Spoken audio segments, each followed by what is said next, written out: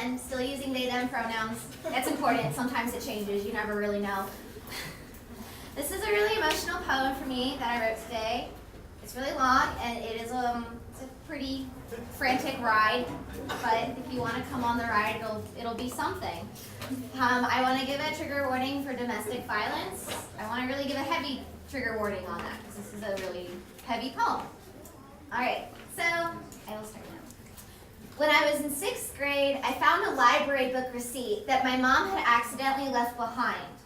It's a laundry list of 20-something books that has been carefully creased and tucked into the pages of my library book, with the reverence of a hand that's opened so many spines but will never know all of their secrets. This list of books held all of my family's secrets. I read it literally tucked in between the lines of someone else's story, the way my family's story odiously spills over into everyone's lives who care about me. People close to me become birds covered in oil, and my hands are raw from cleaning them off with dish soap so that they can fly away somewhere safe. I can never get all of it off because these people never stop worrying about me. I started cleaning the oil off of my mother the day she checked out, contemplating divorce, a step-by-step guide in deciding whether to stay or go. But I was never very good at getting the oil off, and the ink of this library receipt only blackened my hands more. You can barely read the print anymore, and it's consistently rubbed off from being carried around for so many years, like my family has been consistently rubbed off after being carried around for so many years. This is the story of how my 11-year-old journal turned into a poem. My family has never been perfect, but once it was a family, the kind of family that knew how to hold itself together long enough to get a good picture at Disney World. I always want to go to Disney World. It's the only place I can remember happy family memories of all of us. But when my dad lost his job, things changed. Suddenly there were fights. My father throwing plates at my mother because he didn't want spaghetti, or maybe she didn't make it right. She was always more concerned about the wasted food anyway.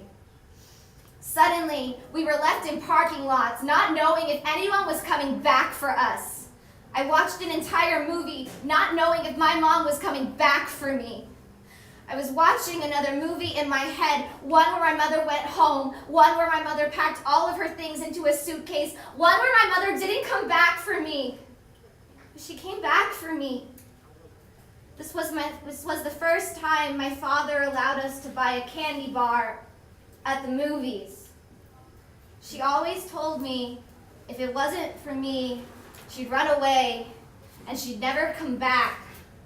This summer, I watched my father beat my mother against a door, slamming her head back and back again on the door.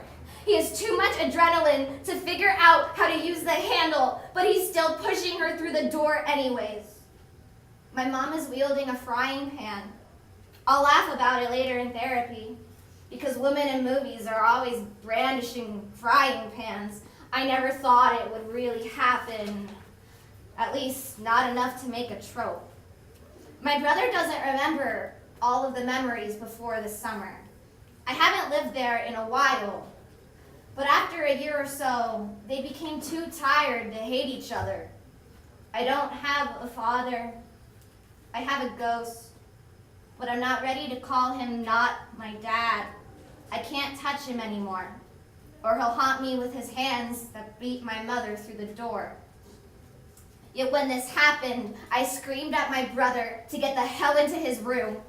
And even though he's 17 years old and twice my size, he listened to me like he did when we were kids. I think he's still haunted, but he still thinks it's just the wind. I chased my parents into the garage. My father kept screaming, she's fine, just another man who undervalues a woman's pain. When I got between them, he stopped. 2 days later, he asked me if I wanted to go to Disney World again. Just name the place, and he'll take all of us there. He's so proud of me, and I can't touch him. You see, the thing about being poor is that you can't afford a divorce. You can't afford 2 places to live. You can't afford the freedom from someone who's hurting you. I wonder if maybe this wouldn't have happened if we could have just afforded the divorce on the library receipt when I was 11 years old. When I was 11 years old, I prayed every night for my parents to get a divorce. I wanted God to hear me so bad, I whispered so loud that my parents thought I speak in my sleep. But my mother was an oiled bird, thinking she was saving me. Confession. I watch Law and Order SVU every time I work out on the treadmill because it helps me safely process trauma. Over winter break, I watched a boy purposely provoke his father to beat him, secretly recording it to save his younger brother's life. For the first time, I saw someone who had the same eyes. Whenever I visit my house, I feel like a bull's eyes. The way they've been locked and caged, pumped with caffeine, anger, and adrenaline. I am gorged and fattened with lies and hate, steaming, waiting for the next fight. Bloodshot eyes listening for any signs of a fight.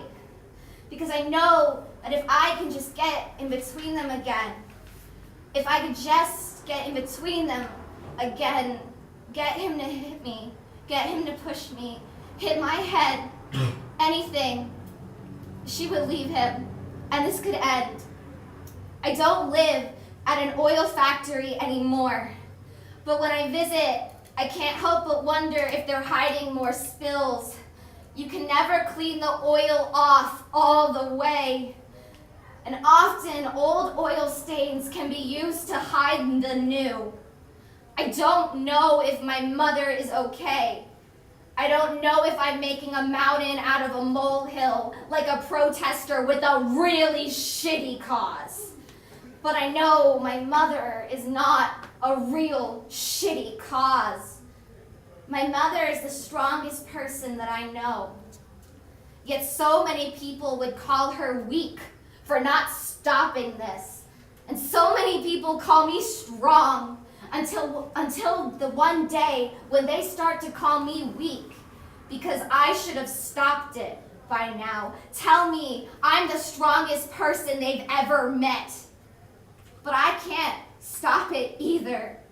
And one day I will be strong like my mother is strong because I will raise the person that everyone else says is the strongest person they know.